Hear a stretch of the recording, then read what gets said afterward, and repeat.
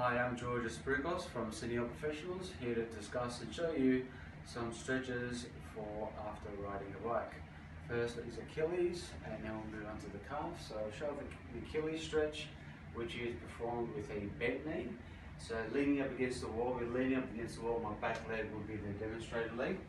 So leaning up against the wall, and I'm bending the knee at the back to stretch the bottom part of the leg, and that's the Achilles. So bending the leg, holding that for 20 seconds, and then coming out of that lunge, lean, and that will give you a stretch at the back of that sort of lower leg of the calf.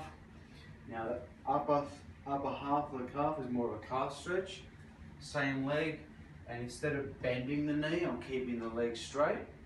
So leaning into the wall and holding it for about 20 seconds again.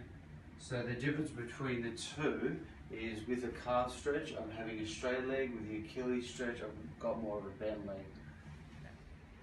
So the next part of the series stretch is the quadricep, which is the thigh muscle, tied in together with a hip flexor stretch. I like to do it kneeling down because you've got more control. There's a few variations, but I preference like this one because you've got more control and it's more safer. I'm on the bench kneeling down. Some people might prefer to have a towel underneath their knee to protect their kneecap, but because I've got a soft cushion table, it's quite fine.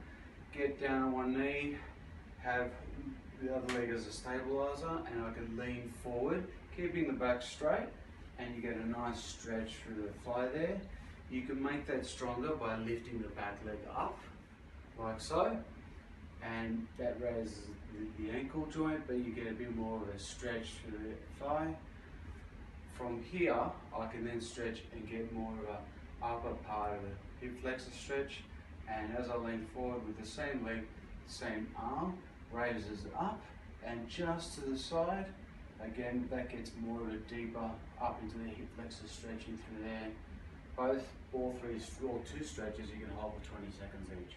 Okay, the next part of the series of stretches is working on the gluteus, one of the big muscles in our hips. So when you're riding and cycling a lot, these are the ones that get tight a lot and then pull onto the low back.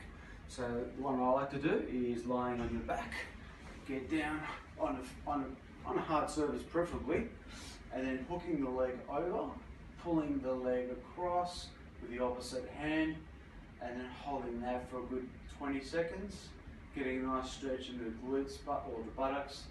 And some people may feel a little bit of an experience with the low back stretch there, but generally hold it for 20 seconds and then come out of that.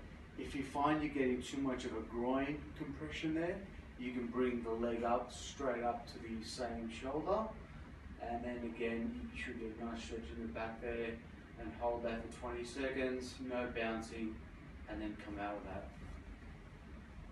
Okay, the final stretch in this series, we're going to show the hamstrings. So they get really tight, especially long hours in the saddle, sitting and riding a bike.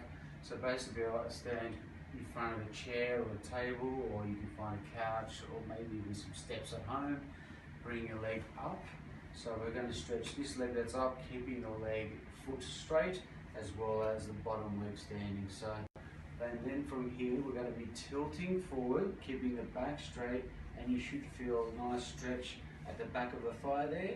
You can make it stronger by putting gentle pressure onto the knee, and you'll get a bit of a stretch also to the hamstring insertion. Again, looking forward and keeping the back straight, holding it for 20 seconds, and then coming out of that, no bouncing.